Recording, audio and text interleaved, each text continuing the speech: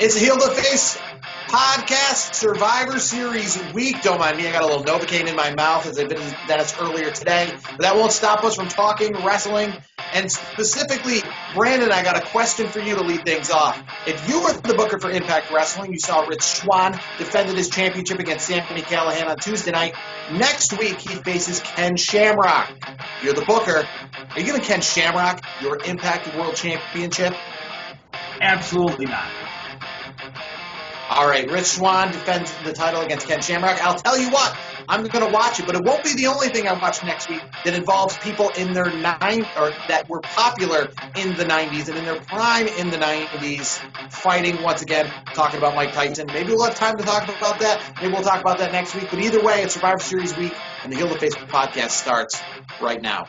So silence your cell phones, hold your applause, and tune into the truth. Oh, you didn't know?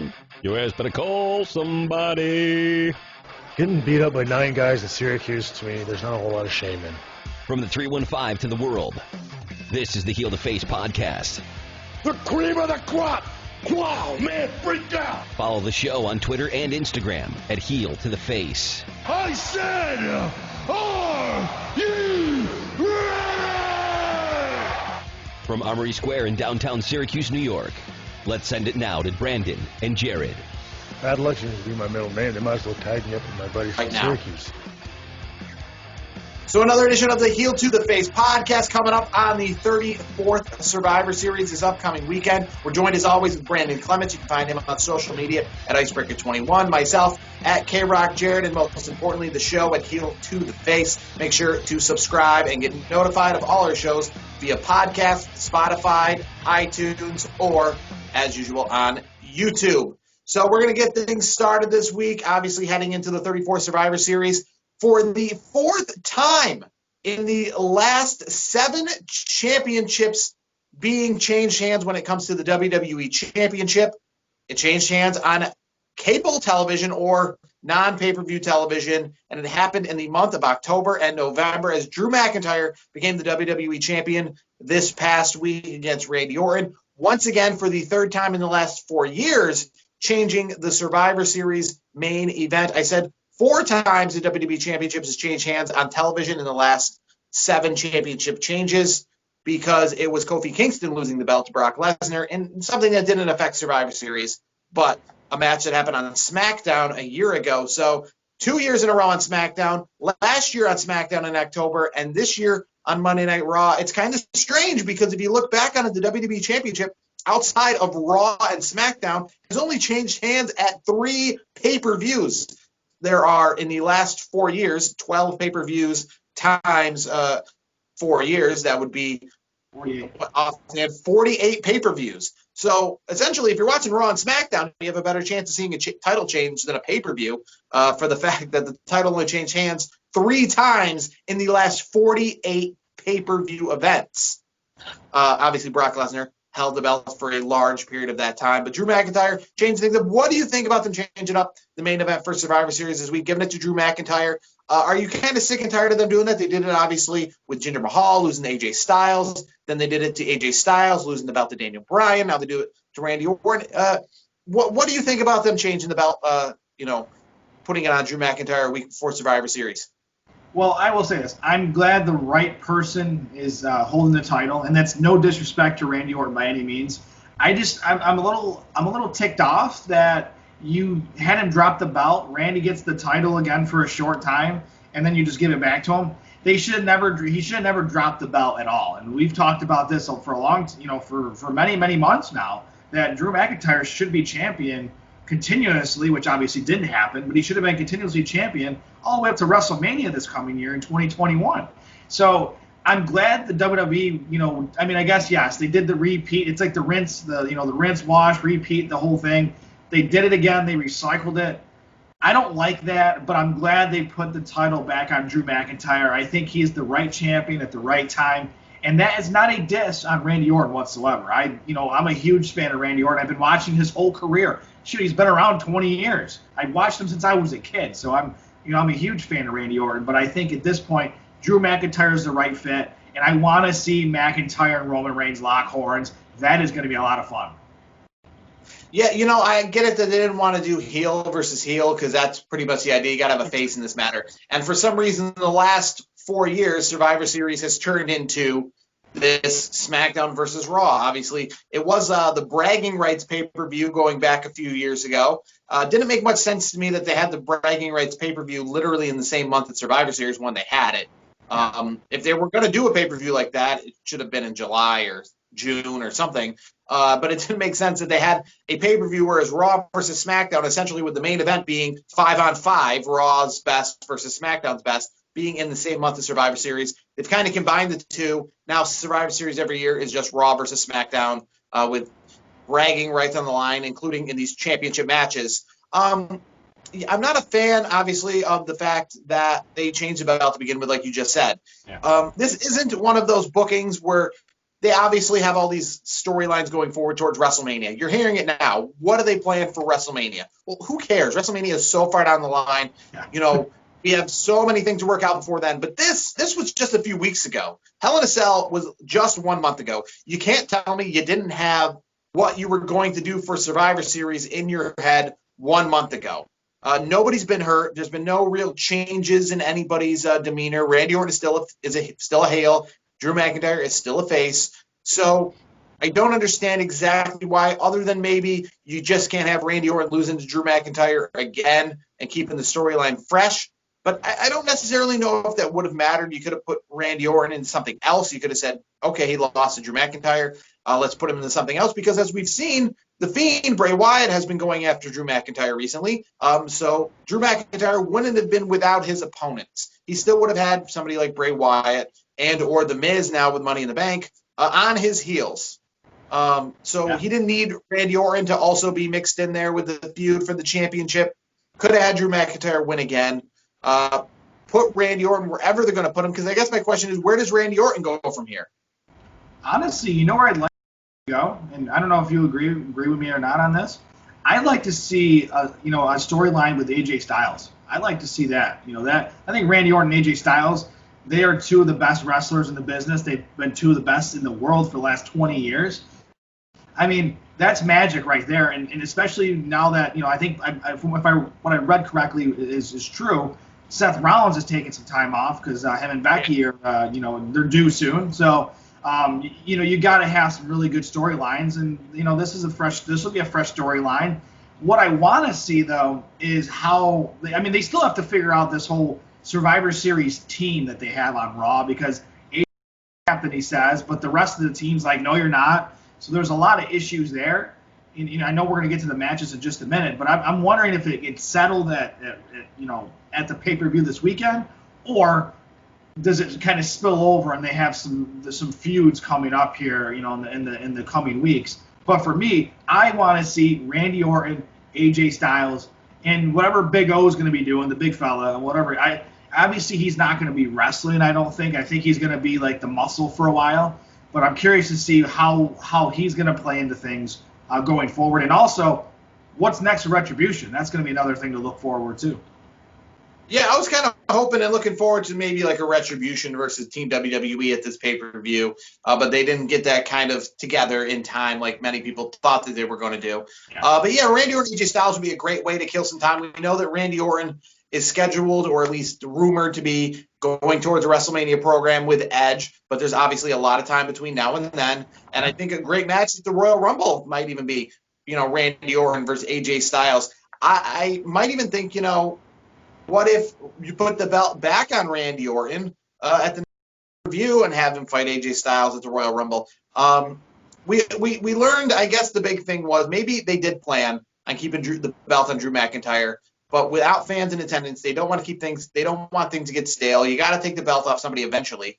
I just think it's kind of strange that they did that when they knew where they were going with this. Well, here's the thing. To your point, speaking of that, I was reading a lot of reports that have been coming out the last few days, and originally Roman Reigns is going to have a short title reign, but obviously his new character and this whole new story that he's got with Paul Heyman and his brother, his blood brother, Jey Uso, is caught a lot of fire. And and believe it or not, for a moment they didn't want to keep the title on Roman for a long amount of time, but now they are. I was reading some reports that have been surfacing through the different insiders, and they were saying that for a little bit they were going to say Roman Reigns is going to have a short title run, and then figure it out from there. But as we know, things do change. And speaking of change, I read that there was a last minute change to the Seth Rollins and Mysterio family drama that concluded on Friday last week.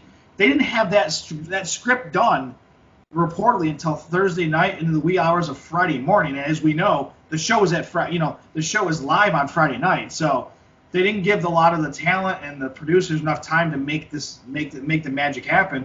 And Vince this is all Vince. It was all Vince 100% from everything I read. So. Zelina Vega that happened last Friday night. Yeah, all the rights for SmackDown were like last minute with everything going on. I mentioned Zelina Vega. Now she's free to move about the world wherever she wants to go. Exactly. Let me ask you this real quick. Speaking of Zelina Vega, now that we're talking about that, so are NXT superstars, exempt? Because Adam Cole is still doing things. You know what I mean? Like Adam Cole is still having his gamer channel on Twitch. I've seen other superstars on the NXT side of things doing that. So is it something where Triple H down in NXT, says, hey, that doesn't count. You're not on the main roster. Like, what's the deal with that? Do you know anything? Have you heard anything? I haven't seen anything that says one way or the other. It's just kind of odd because Zelina makes a comment and then she's gone. But they tell people, oh, you can't be doing Twitch and this and that. We have to get our piece of the pie too, which I get that from a business perspective. I get that would be. Adam Cole's situation could be maybe he's one of the people that's in the WWE approved Twitch accounts, like the up down video game thing that Xavier Woods does. I think is definitely more than just independent. I think WWE is in on that for sure. I think Corey Graves too. Corey Graves podcast too. I believe I think that's all approved too because Corey Graves podcast. I mean, that's definitely a WWE approved thing. I mean, you can get it on. You can watch it on YouTube via WWE. You know what I mean? Like it is something that is not. He's going off on his own. It is 100%. I think something he goes in with WWE on. So maybe that's a good. It's a good podcast. I mean, I've listened to Corey Graves' podcast. It's a pretty good show. I've enjoyed it. There's a lot of great talent. Doing podcasts outside of WWE, he wouldn't be getting the guests that he gets because of that fact. He wouldn't be getting the Edges, the Undertakers, the Stone Colds. He wouldn't be getting those people because they would obviously say we can't get in on this if it was something he was doing on his own. But luckily he has a lot of friends in the business, so. If he made, say he wasn't with WWE and it wasn't a WWE thing, he could still get the Young Bucks, Cody Rhodes. The rest of the business is pretty tight. I don't think if he wanted to keep his job at WWE, he'd be having the Young Bucks on a podcast anytime. I'm saying if he was doing things kind of rogue, I guess, yes, then yeah, you don't want to put the Young Bucks and Cody Rhodes. But if say for example, Cody, he was doing his own podcast, Corey Graves, which wasn't WWE approved. I mean, WWE has their hands in everything, so, that wouldn't happen. But he can have whoever he wants on that are not WWE superstars. Because you know how WWE is. They put you on a leash. They keep you tied up, and so to speak. Pardon the phrase, of course, but they kind of handcuff you where you can't do certain things. And here's the thing. We talked about it last week real quick. Zelina Vega is making more money on OnlyFans and Twitch than she is in WWE. And she doesn't have to work nearly as much. Yes. And, you look at the fact of the matter is, too, that you have people like Mark Henry, who's on Busted Open Radio on Sirius Satellite XM. Now, I'm not saying he's direct for WWE, but we noticed that, he can kind of come and go as he pleases. He can be on Sirius Satellite XM doing his Saturday morning Busted Open pro wrestling show and then jump in on the pre-show panel. Peter Rosenberg, these kind of people who have the best of both worlds. They work for They are truly the independent contractors of WWE. Exactly. The Peter Rosenbergs, the Mark Henrys, Jerry Lawler. These guys are actually, I would say, using that independent contractor thing right, where they will then go promote a show that they're putting on. Jerry Lawler did something pretty recently with Jim Ross promoting, Memphis Wrestling, an independent wrestling show or some autograph signing or something like that. If all the wrestlers could have that same kind of leash where they could be in wrestling, but at the same time, put on an independent wrestling show back in Iowa, the Seth Rollins Invitational Independent Wrestling Tournament. Yeah. That would be truly what the term independent wrestling contractor means. If you want that bad enough, you got to go to AEW or somewhere else, not WWE. Yes, that is true. And speaking of, we're moving WWE. Well, before we move on to AEW or anything else, WWE moving from the Thunderdome to the Thunderdome as they move into what used to be known as the Thunderdome when the place first opened, the Tropicana Field in Tampa, Florida, or St. Pete to be specifically. Do you like this move, and do you see this as a move that the WWE is moving back towards having fans in the crowd? I personally do, because that's a big place. And you can set it up to have all the screens on the field, but the best part is you can have fans in the crowd, and you don't have to have, I guess, like what AEW is doing, because fans will be out of sight, meaning if they, for some reason, say, let's have fans here, they can have fans, but if they say, let's not have fans, the screens are still going to be the main focus. The screens are going to be where the TV faces. So with or without fans, I guess, at the Tropicana Field Thunderdome, as it used to be called back when the Tampa Bay Lightning played there, you wouldn't really notice. They can kind of sneak fans in. It's a huge, cavernous baseball stadium kind of place where they can have the same setup that they do now, and then they can have fans in it on top of it. But without fans, you probably don't notice kind of place. Yeah, I will say this to add to your point. I think it's a great thing. Now, there's a lot of great logistics that you could plan up here, because like you said, it's a pretty good sized baseball facility. So if you can get, I know Florida's doing things a little differently than some other states with everything going on with COVID. So Florida's been pretty, they're not to say lax, but like they've been a little bit more, lenient towards letting fans, go to events and things like we've seen at AEW. So with a big place like that, like you said, you can have fans there where they're not close enough to the superstars where there's a potential outbreak. You know what I mean? So you could still have it, maybe, I don't know, 25% capacity where you spread them out in a nice manner, and they're still, they're still socially distanced, the fans, but they're also socially distanced from, the rest, the talent, producers, anybody that's involved with WWE. You're staying away. And I think it works well, because I think we're going to get fans at Royal Rumble. I think that's the plan. They wouldn't move to the Trop WWE if they weren't planning to have some fans in the audience. The number we don't know, obviously, at this point, but I think we're going towards fans very soon. And it's a big place. Well, like I was saying, you're going to have the screen set up. So when we watch on without fans, you're going to have the screen set up, but it's a big enough place where you can have the screens on the field, you can have the ring on the field, the entranceway on the field. So even if they don't get fans in there or it doesn't look that good, the fans will just be extra, because their main focus is still going to be on the screens, the people that are chiming in via, virtual crowd, whatever they do, or whatever they call it, the virtual Thunderdome audience. So the main focus of the cameras will be on that, and the fans will be more or less something in the background that they can still fit in. They can fit them in on the opposite of the not the hard cam side, I guess is what they say, because like I said, the camera will be facing on the screens, but we'll actually have fans that maybe can make the actual noise instead of just the piped in noise. Yeah. I have a feeling that might be the case for Royal Rumble. The issue is coming towards WrestleMania is they have to be out of there by then. So I was kind of thinking, well, could WrestleMania be at this Tropicana Field? But that won't be the case, because baseball will have been started by then. So they'll have to be out. They had to move out of here before the Orlando Magic started. I'm talking about the Amway Center. And now they'll have to move out of the Thunderdome or Tropicana Field by the time, let's say, the end of March. So they're just buying their month plan.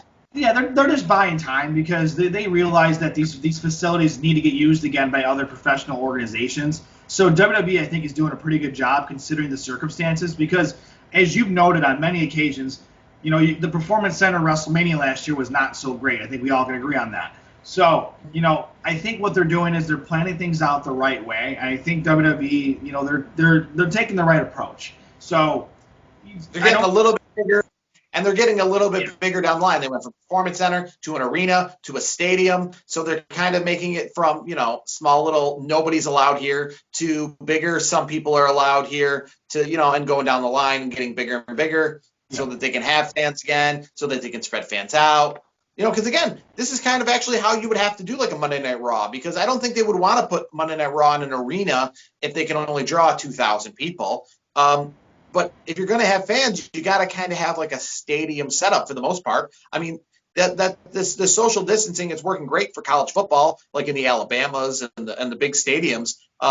It's not going to work at Cameron Indoor Arena for Duke University. There's just not enough. 25% of that is 1,000 people. So if you want to try to do where you have 20 to 25% of fans, you have to have where that is at least a decent number. Like AEW right now, they're allowed to have about 1,000 people, and I think WWE would want to shoot for more than that if they're going to open the doors.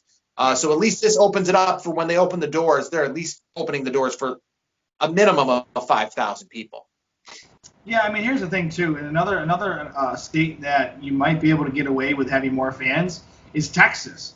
I know, I'm a huge Cowboys fan, as you know, and Jerry Jones, even with everything going on in the world, he's pushing. Right now they got the biggest attendance in the NFL right now. They're doing 25,000 fans for every home game this year so far, which that's a lot more than everybody else. And he's saying he wants more. He might bring in 32,000 next time. So there's options there because guess what? The football season is going to be done, right after the whole trop. They're using the trop, until the spring. The football season is going to be done. So I'm not saying they're going to use Cowboy Stadium, but they could use another stadium in Texas because Texas is a lot like Florida where they're not as restricted, where they can have fans there and make it as much. You make it more, have some fans in attendance. I mean. We'll see where everything goes, and hopefully we don't have to resort to these things come March. I know. We'll see where we are come March. A few more things I want to kind of point on before we hit up Survivor Series. One thing this weekend we should be having in a normal world would be War Games. This Saturday night, TakeOver War Games, the night before Survivor Series. We're not having it. It's going to be its own thing, though, on December the 6th, obviously from the Capitol Wrestling Center, I assume. I guess, well, now that I think about it, that's going to be pretty tough. 2 rings, 2 cages.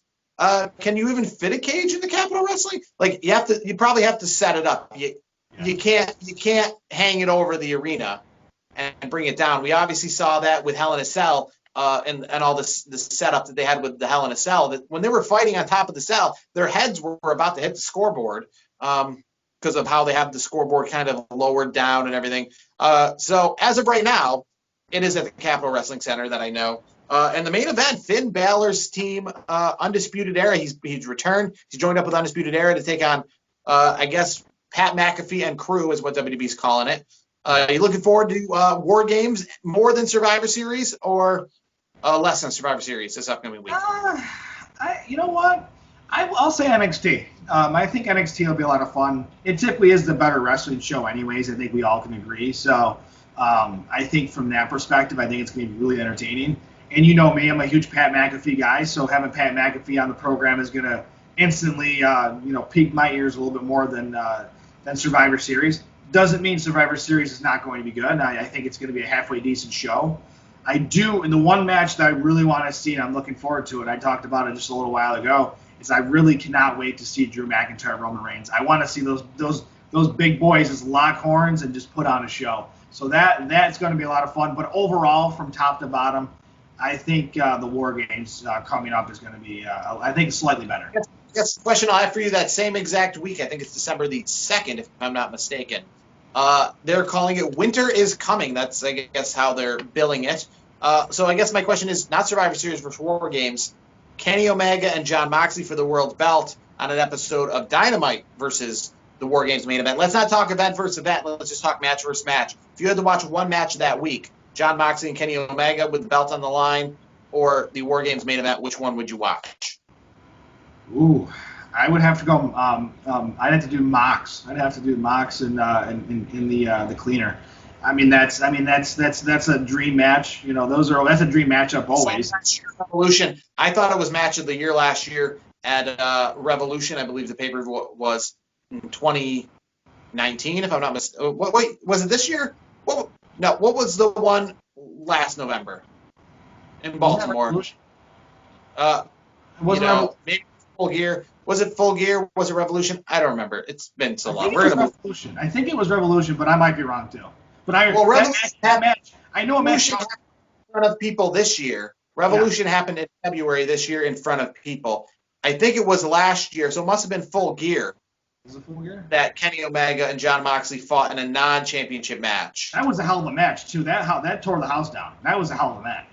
I thought it was like match of the year. Yeah. That match, those guys. Yeah. But as we'll talk about one place where they actually do have fans. Crazy enough, and they're planning to have fans 2 nights. In fact, they're going all out like they did last year, and it's going to be Wrestle Kingdom. We're actually going to. I'm just teasing it for next week. Wrestle Kingdom, some big matches named for that. New Japan Wrestling, whether AEW is going or not, they're still kicking, and they still got a few people that are worth watching. Enough that they think they can put on 2 nights worth of Wrestle Kingdom, which to me is still kind of shocking. When they put on 2 nights, I was shocked then, but now with everything going on and wrestling talent with AEW and Ring of Honor, it's quite shocking that New Japan is still so ambitious to have 2 nights of Wrestle Kingdom. But we'll talk about the matches they have named for that next week. So we're going to move right into Survivor Series. We'll talk about this week's Survivor Series before we get into some of our favorite Survivor Series of all time. My question is, do you really care? I know you said you love Survivor Series, but do you really care who wins Team Raw or Team SmackDown? What about this intrigues you, entertains you? What do you like about Team Raw versus Team SmackDown, or just this 5-on-5 Survivor Series match in general? I'm gonna take that. I'm gonna take that last part you just said, the 5-on-5 Survivor Series. To me, it's the different potential, matchups, so to speak. You get to see some wrestlers you don't normally see lock horns all the time. I think that's a lot of fun. I don't really care for Raw versus SmackDown. At the end of the day, I just want to see good matches. I want to see some good matchups. I want to see guys like Matt Riddle getting involved with some guys, guys on SmackDown. I want to see AJ Styles, same thing. Keith Lee. I'm naming all the Raw guys, but I'm looking forward to seeing those guys, match up and lock horns. Just the different elements that you're going to have in a 5-on-5. That's why I like it so much, because you're getting to see so many great wrestlers in the same match at the same, not in the same time, but in the same match. I think it's a lot of fun. I'll ask you this question. Do you have any idea who you think the 5th member of Team SmackDown will be? Right now it's Kevin Owens, Jey Uso, King Corbin, Seth Rollins, and we're going to find out Friday night on SmackDown. I'm thinking, you know what? Maybe it's Buddy Murphy. What do you think?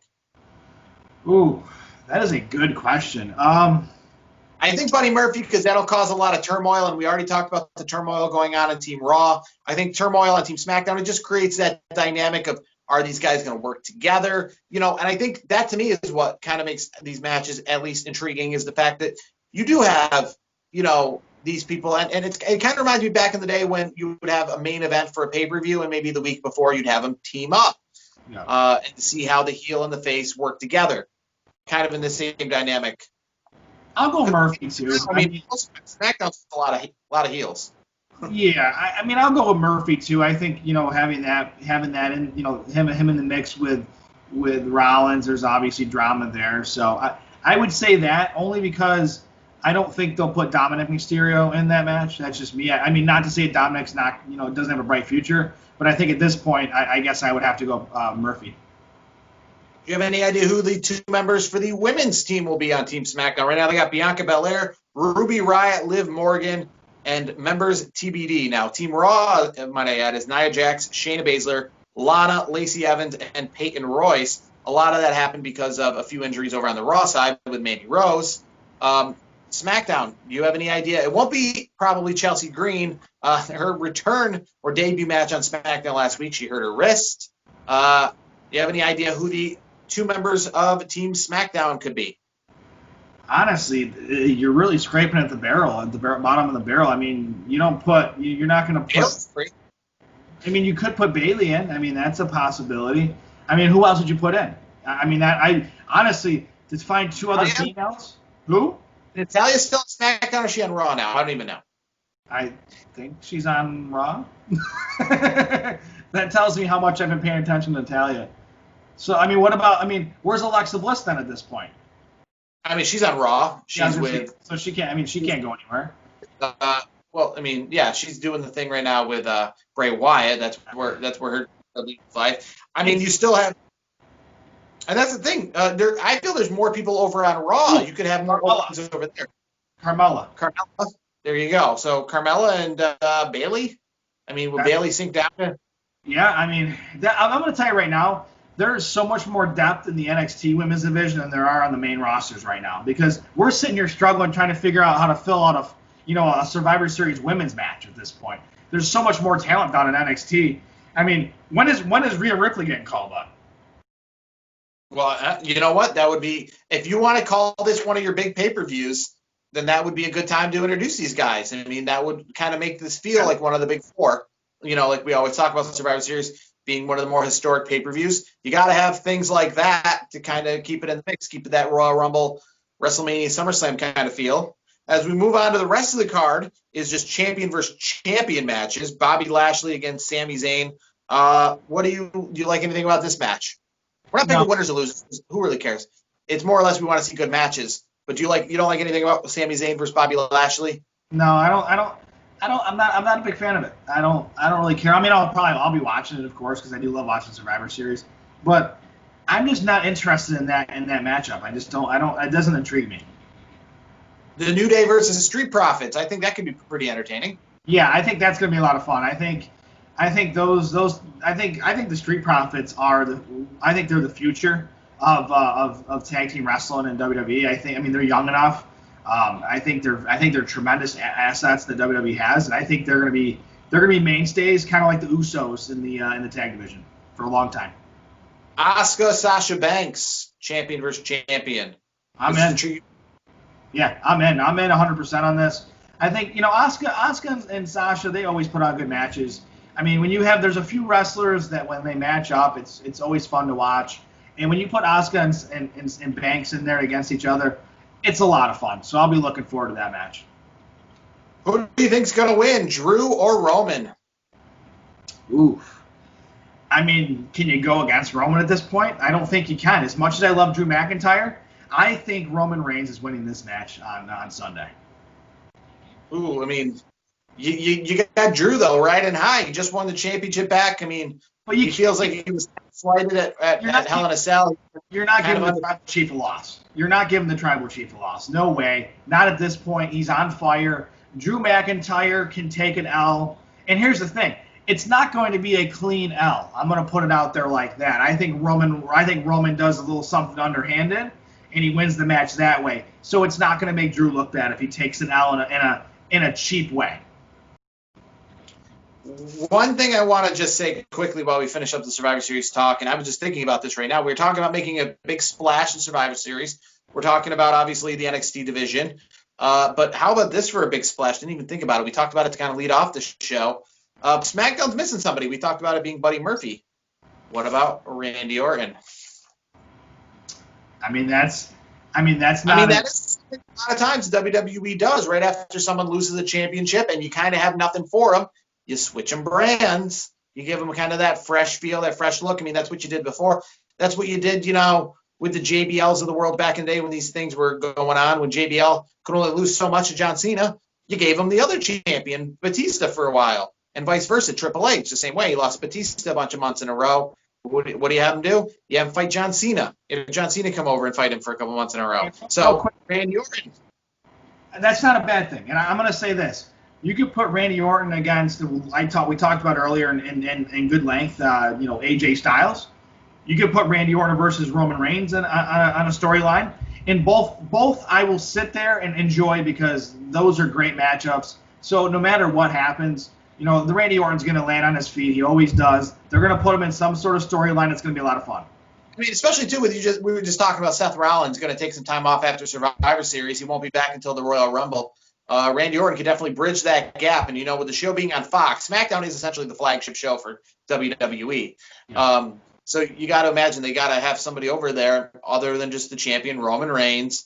Randy Orton could be that other guy that they could put in the mix. And, hey, Roman Reigns is going to need some competitors maybe for the next few months as well to fight for the championship.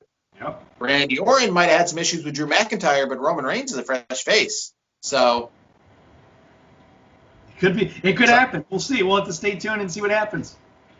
Yeah. So we're going to move on to now talk about our favorite Survivor Series. Now, these are necessarily not the best Survivor Series matches or pay-per-views as a whole.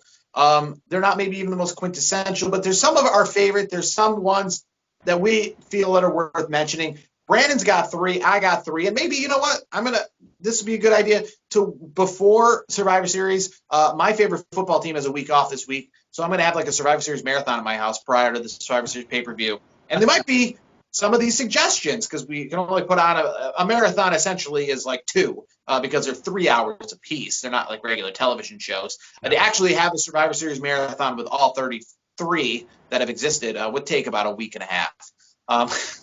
So we'll start, Brandon. Give me one of your favorite Survivor Series, your top 3 quintessential Survivor Series that people should view. All right, so I'm gonna go back in the vault a little bit. We're going to Survivor Series way back in 1994, and here's the reason why. And this is gonna be a cheesy takeaway, but bear with me on this. As some of you may know, and some of you may not know, I am a huge Chuck Norris fan. And I am also a huge fan of Walker, Texas Ranger, one of my favorite TV shows of all time.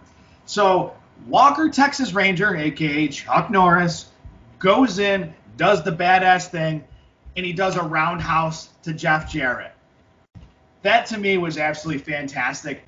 I don't really care about the rest of the card. It was just that moment for me it was just a lot of fun. And having Chuck Norris at a wrestling event like that, how cool is that? That just makes it absolutely fun. Yeah, I have to agree. That Survivor Series 1994, I want to say that's one of the first pay-per-views. Now, I'm not saying live, but when I started to watch wrestling, my access to pay-per-views, starting to watch Raw and starting to watch SmackDown, was the video store. So I started to watch whatever videos they had at the video store, and I rented Survivor Series 1994 at the video store to watch, I guess, wrestling from the past, so I could get an appreciation for it, so I could talk about things like I talk about them now, even though I wasn't watching them live in 1994. I've literally watched everything wrestling leading up to today, so I can talk about it, and that was near one of the starts. A good event. I'm going to pick Survivor Series 1992.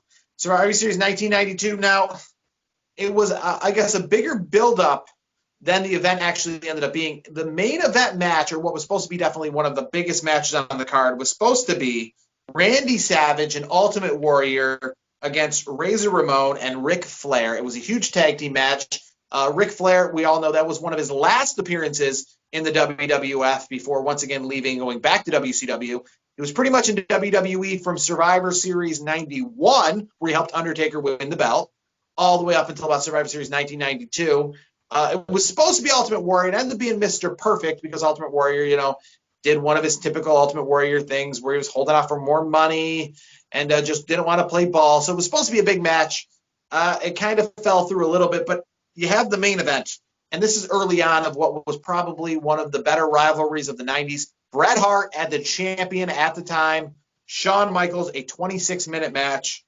You had the coffin match with Kamala and Undertaker. You had the nightstick match with Nails and Big Boss Man. What I liked about this Survivor Series, I guess, is leading up to all the other Survivor Series to 1992, the Survivor Series was mostly just that 5-on-5. Everything was 5-on-5. The 87, 88, 89 Survivor Series, they're just all 5-on-5 matches. There's no single matches to be had. In 1991, they had the singles match with Undertaker and Hulk Hogan, but again, for the most part, a typical Survivor Series. This one had a 4-on-4 Survivor Series match, typical elimination, traditional elimination match. But other than that, a bunch of great one-on-one matches, a bunch of big-time pay-per-view hyped matches, which at that time was kind of unseen and kind of brought Survivor Series into the forefront of more than just the tag team matches, but like I said, big championship matches. You had Undertaker, Hulk Hogan one year. The next year, Bret Hart versus Shawn Michaels for that same belt. And that was early on in Bret Hart's championship reign. Because 1992, remember, that was more in his Intercontinental days. So this is he's a new, fresh heavyweight champion in 1992. And Shawn Michaels, no better opponent to have, early on seeing those guys in 1992. I know you think Shawn Michaels, Bret Hart, it's kind of strange. If you go back in 1992, that's still when Hulk Hogan was running things. He was probably out filming a movie at that time. So looking at a card like this, you're going, yeah, that is a strange card because it wasn't no more than a few months later that the belt was back on Hogan and, on Yokozuna for a little bit. And it took Bret Hart a little longer to get back into the mix of being deserving of that championship belt and leading the company. But we got a preview of it in 92. So, Brandon, back to you. All right, so, excuse me, I'm going to go way back in the vault a little bit. We know somebody is celebrating 30 years this coming weekend. So I'm going to take it back to way back in 1990 when the infamous Undertaker debuts. He was the mystery mystery tag team partner for the Ultimate Warrior. A lot of intrigue of who that was going to be that night. And 30 years later, look where we're at. So for me, I had to put it at number 2. It's such a memorable moment where now, to me, it was the greatest debut of all time. I think a lot of people would agree. So 1990, Undertaker debuting and also tagging up with Ultimate Warrior is always a good thing. So for me, that is my number 2 Survivor Series pay-per-view of all time. I think one of the greatest debuts because of what ended up happening with it. Obviously, if WWE didn't end up doing anything with it, it might be a whole different scenario we're in. I'm still surprised. I mean, looking at Undertaker, very impressive. But I just feel like they've had a lot of impressive debuts. I don't know. I still don't know how. Obviously, today we know that Undertaker deserves everything that he got. But at the time, looking back on it, you just wonder, there's got to be a little bit of luck because there have been so many people coming in as the next big things. There's been the Nathan Joneses of the world, Brock Lesnar, Bobby Lashley. All these people, have had great beginnings and great hypes as the next big things. And they haven't all panned out, Nathan Jones to be specific. So for The Undertaker to come in, yes, he was very impressive at the time, very cool. But we've had Giant Gonzalez's of the world come in and be impressive. And if Giant Gonzalez is still here 30 years later, we'd be looking back on his WrestleMania 9 match with The Undertaker as something of lore. But we don't because he didn't end up panning out that well. But The Undertaker did pan out. So his debut is still held up there in very high regard. So I'll say it's definitely quintessential viewing if you're a wrestling fan. I'm going to go to something not too far away. Guess far away now. 2012. The next 2 Survivor Series I have on my card are the Big Fight feel. It's more than just Survivor Series. This feels big time. This feels like WrestleMania Junior and SummerSlam or Survivor Series. Might I add? Survivor Series 2012 gave me that. Madison Square Garden. You've had about 9 months now of building up Rock and Cena for WrestleMania 28. But Rock makes his in-ring return, teaming up with John Cena against R-Truth and Miz. I get it, not the greatest tag team in the world.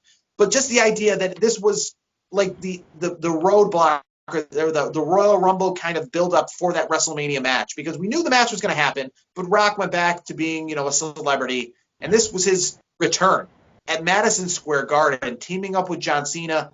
Again, the venue is perfect. The pay-per-view is perfect. The tag team partner is perfect. It had that match where, nothing was on the line in the main event, but it had that big, important feel. The Rock returning to the ring for the first time in like 15 years. Really kicked off the road to WrestleMania. Normally, Royal Rumble kicks off the road to WrestleMania, but this, I think, kicked off the road to WrestleMania. So that Survivor Series is number 2 on my list. That's that was close. That's in my top 5 for sure. Because I was going back and reading up and just checking things out through the archives and. In 2012 was there. That's I would put that probably in my top 5. Now I got to give you my number 1. So my number 1, I don't know if you're going to agree with it or not, but I really love this one, and it's the first one that I remember. So this is going back to Survivor Series 1998, where The Rock ends up becoming the corporate champ, and you see, you would say. What's that? The scripted screw job, as you would say. You got it. Scripted job the year before. This one, they tie that into the storyline of Vince McMahon screwing over somebody. And here's the thing. The Rock turns. Shane O'Mac turns. Everybody thought because, Mankind and the McMahons were cool, that, Mankind's got a good chance of walking out of the pay-per-view, being the champ. And guess what? Not so fast. The Rock wins the match, obviously in not a great fashion because, he's the new corporate champ. Stone Cold got screwed over earlier that night in the I think it was he against Mankind in the beginning of the night. I think it was a semifinal match. And and here's the thing, it ends up being, The Rock wins the championship. Stone Cold still gets a little something at the end of the night, so the fans can still go home a little happier. They can, because their hero, which at that time, as a 9-year-old kid watching Stone Cold at the end of that show, whooping some ass, made me feel not so bad about what happened earlier to him in the night. My number one pick, and I kind of said it, what I just said with the number 2 pick of a big fight feel. My number 1 pick had a big fight feel, and everybody I've ever spoke to about it agrees with me that it got the WrestleMania treatment. Now, why did it get the WrestleMania treatment? I'm not exactly sure. But in the year 2003, Survivor Series got the WrestleMania treatment. Hyped up for like a month. I remember following like the October pay-per-view, and it might even been before the October pay-per-view. They were doing the countdown of how many days, because I remember Limp Bizkit's Build a Bridge song was the theme song for Survivor Series 2003, and they were doing like the countdown to how many days till Survivor Series in Dallas. And they were showing the Dallas skyline, and they're like 45 days till Survivor Series. So they gave it the WrestleMania treatment. And that really hyped me up, especially at that time, 2003. We're talking, I'm in high school. The height of me watching wrestling. It is literally why I watch wrestling today, is because of feelings you get like that, with your heart pounding. Just, you don't care how much it costs. You got to watch this. You can't wait until Sunday. You wish away the whole weekend to get to Sunday night to watch the pay-per-view. And like I said, some good matches on the card at the pay-per-view, because, they were giving it the WrestleMania treatment. Kane and Shane McMahon in a pretty infamous ambulance match. Shane McMahon doing what Shane McMahon does in that, pulling out all the stops. Goldberg, Triple H for the championship. Now, that wasn't your main event. You obviously had some traditional 5-on-5, Team Angle versus Team Lesnar. I remember that was a big storyline at the time. Team Bischoff versus Team Austin in one of your 5-on-5 matches. But the big match that made the pay-per-view in Dallas, Survivor Series 2003, Undertaker versus McMahon in a buried alive match, and what would turn to be the last time we saw Undertaker in the American Badass gimmick. He went away, Kane came out, helped bury the Undertaker, and it wasn't until WrestleMania 20, Madison Square Garden, the Undertaker returned to fight Kane to avenge Kane's involvement in the being buried alive as the Undertaker, the dead man that we know and love for the 30-something years. But that was the essential last night of the American Badass Undertaker. But overall, like I said, that pay-per-view just got this big fight feel, had a Limp Bizkit theme song, had, the countdown to build up to it. I just remember being really hyped, and it's kind of strange, obviously, as we're heading into Survivor Series, where I don't even know if it was we've been in this pandemic for so long now that I don't even know where Survivor Series was scheduled to be. Obviously, WrestleMania, SummerSlam, we know that those were supposed to be in Boston and in Tampa, but Survivor Series, we don't even know where that was supposed to be. Yeah. If that was, it's been so long. Royal Rumble is coming up. That has no scheduled place to be if this pandemic doesn't exist. But wish we could go back to times when this was happening, where we knew where it was and we wanted to be there, and we wish we were part of that sold out crowd, and just had that huge build up. And that's probably my favorite Survivor Series for that point. I feel like a lot of other Survivor Series don't feel like the Big Four because they just have these kind of meaningless tag matches. But that felt like a Big Four pay-per-view, and that's going to be number 1 on my list. That's a pretty good one. That's a pretty good list you got there. Those were all top caliber Survivor Series. There's a lot there. I mean, shoot, you got 33 to pick through. So I mean, there's ones that we obviously omitted from our top 3 that were pretty good as well. So I mean, there's a lot of main event of one. It comes to mind Undertaker Hogan, when Undertaker won the belt, beating Hogan in a time when that was unheard of. Yep. You look at Hogan's reign of being a champion, and it's like an 8-year span of holding the belt, and for right in there for 1 week, the Undertaker took it from him. I think that's what probably put the Undertaker where he is. His debut was great. 1 year from the anniversary of his debut, they have him beating Hogan. And again, that's just insane, because people like Roddy Piper and Ted DiBiase and Andre the Giant aren't doing that. And you have a guy who's only been in the company for 1 year beating Hogan. And obviously 97 with the screw job. Huge, lots of, and one of the ones I was going to mention, I guess, in my honorable mentions, and again, add the caveat, the big fight feel, even though looking back on it, not the greatest, but at the time, huge. Survivor Series 2001, WWF versus the Alliance, with everything on the line at that time, it felt like a big deal. Yeah, I remember 2001 very well because loser goes extinct, so. Yeah. It felt a big deal. Extinct, Jim Ross said it was the biggest night in the history of the company and the biggest night in the history of pro wrestling. Yep. I mean, we look back on it differently now, but at the time, especially how old I was, 13, then it was a very big deal. Yeah. But this Survivor Series, I hope this week's Survivor Series builds up to be something good.